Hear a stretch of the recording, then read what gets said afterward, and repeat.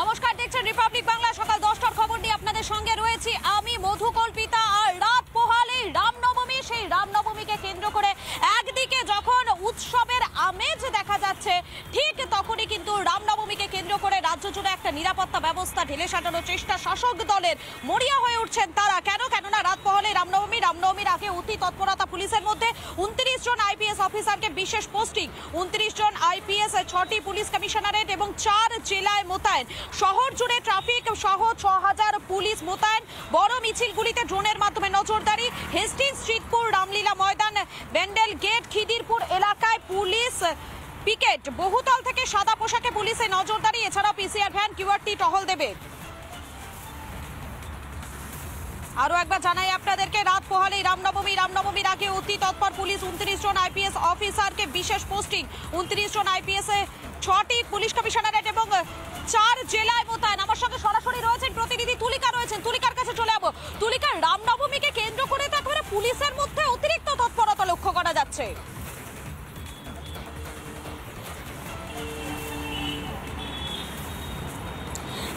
একেবারেই তাই। কারণ দেখো, একদিকে যেরকম শুধুমাত্র কলকাতা বললে ভুল হবে, গোটা রাজ্য জুড়ে যেভাবে পুলিশি তৎপরতা কার্যত চোখে পড়ার মতন, যেখানে ইতিমধ্যেই 29 জন আইপিএস অফিসারকে স্পেশালভাবে এই কাজের জন্য নিয়োগ করা হয়েছে, যেখানে দাঁড়িয়ে কিন্তু এক একটা জায়গায় তাদের পোস্টিং করা হচ্ছে এবং আজকে থেকে তাদের পোস্টিং চলবে এবং 7 তারিখ পর্যন্ত তারা থাকবেন। অর্থাৎ 7 তারিখের পরে তারা নিজেদের দপ্তরে, যে যার দপ্তরে ফিরে যেতে পারবেন। শুধু তাই নয়, কলকাতা পুলিশের পক্ষ থেকে আগামীকাল যে রামনবমীর জন্য 6000 পুলিশ মোতায়েন করা হচ্ছে, যার মধ্যে 2000 রয়েছে ট্রাফিক পুলিশ এবং ডেপুটি কমিশনার পদমর্যাদার যারা আধিকারিকরা রয়েছেন, পুলিশ অফিসাররা রয়েছেন, তারা কিন্তু মোতায়েন থাকছেন। অর্থাৎ এই শহর কলকাতায় যে 5 থেকে 6টা যে বড় মিছিল রয়েছে, সেই মিছিলের এক একটি মিছিলের নেতৃত্ব দেবেন বা এক একটি মিছিলের সামনে থাকবেন এই ডেপুটি কমিশনার পদমর্যাদার অফিসাররা এবং বিশাল পুলিশ বাহিনী ইতিমধ্যেই মোতায়েন থাকছে এবং পুলিশ পিকেটের ব্যবস্থা করা হচ্ছে। অর্থাৎ খিদিরপুর থেকে শুরু করে পার্ক সার্কাস, রাজাবাজার, এই সমস্ত মেটিয়াবুরুজ, এই সমস্ত যে জোন রয়েছে, ইতিমধ্যে পুলিশ পিকেট আজকে থেকে শুরু হয়ে যাচ্ছে। এছাড়াও বডি ক্যামেরা অন থাকছে। অর্থাৎ যে ছোট ছোট যে মাঝারি যে মিছিল হবে এই রামনবমী উদ্দেশ্যকে কেন্দ্র করে, সেখানে যেরকম একদিকে এসআই পদমর্যাদা, এএসআই পদমর্যাদা যারা অফিসাররা রয়েছে, তাদের বডি ক্যামেরা অন থাকবে, যেটা সম্পূর্ণভাবে মনিটরিং করা হবে লালবাজার থেকে। অর্থাৎ বলা যেতে পারে কিউআরটি টিম থেকে শুরু করে যেরকম পুলিশি যে ব্যবস্থা কার্যত চোখে পড়ার মতন এবং আজকে থেকে যে পুলিশের ব্যবস্থা সেটা থাকছে। তবে আগামীকাল যে রামনবমীর দিন দুপুর 12টা থেকে রাত 12টা পর্যন্ত সমস্ত পণ্যবাহী যে গাড়ি, সেই গাড়ি কিন্তু নিষিদ্ধ করা হয়েছে। অর্থাৎ রাস্তায় এই পণ্যবাহী গাড়ি চলবে না। শুধুমাত্র যে অত্যাবশ্যকীয় পণ্যবাহী গাড়ি, অর্থাৎ ওষুধ, দুধ, এই সমস্ত যে অত্যাবশ্যকীয় পণ্যবাহী গাড়ি পারমিশন করা হয়েছে কলকাতা পুলিশের পক্ষ থেকে। অর্থাৎ বলা যেতে পারে শহর কলকাতা এবং জেলার বিভিন্ন প্রান্তে বিভিন্ন জায়গায় পুলিশ পোস্টিং থাকছে, যাতে এখানেই একেবারেই স্পষ্ট যে পুলিশের যে অতি সক্রিয়তা, সেই সক্রিয়তা কিন্তু কার্যত লক্ষ্য করার মতো। মধুকল্পিতা। প্রতিনিধি পলাশ রয়েছেন নদিয়া থেকে। আমি পলাশের কাছে চলে যাবো। পলাশ, রামনবমীকে কেন্দ্র করে নদিয়াতে ঠিক কি ছবি ধরা পড়ছে? একদমই মধুকল্পিতা। নদিয়ার ভারত বাংলাদেশ সীমান্তবর্তী যে নদিয়া, এই নদিয়ায় কিন্তু রামনবমীর চরম ব্যস্ততা। কারণ রাত পোহালেই রামনবমী। আমি একটুখানি আমার ভিডিও জার্নালিস্ট মলয়কে পেছন দিকটা দেখাতে বলবো যে এখনই কিন্তু এদের ভিতরে সংকীর্তন, নাম গান বা রাম ভক্তি কিন্তু সীতারাম সীতারাম জয় সীতারাম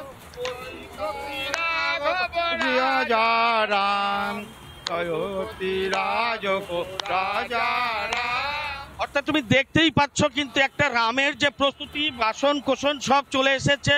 একদম প্রস্তুতি। রঘুরামজির যে মন্দির শান্তিপুরে, দীর্ঘ প্রায় 300 বছরের পুরনো মন্দির। এই মন্দিরে কিন্তু গতকাল আমরা যেটা জানতে পেরেছি, ভাগবত পাঠের মধ্য দিয়ে অলরেডি এই অনুষ্ঠানের সূচনা হয়ে গেছে।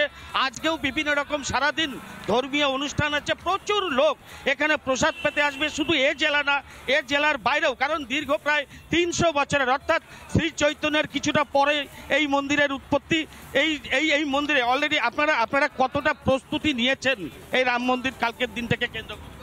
রাম মন্দির। কালকের দিনটাকে নিয়ে আপনারা কতটা প্রস্তুতি নিয়েছেন?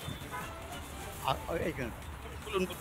আগামীকাল আমাদের রবিবার ভগবানের পুজো হবে, সকাল থেকে কন্টিনিউ কীর্তন হবে, রামের স্তুতিগান হবে এবং মহাসমারে পুজো উৎসব হবে। আর পরের দিন ভগবানকে নগর সংকীর্তন করানো হবে। এই সিংহাসনে উঠে আরূঢ় হয়ে মহাসমারোহে আলো সহকারে, বাদ্য সহকারে তাকে সম্মানের সঙ্গে আমরা নগর পরিক্রমা করব।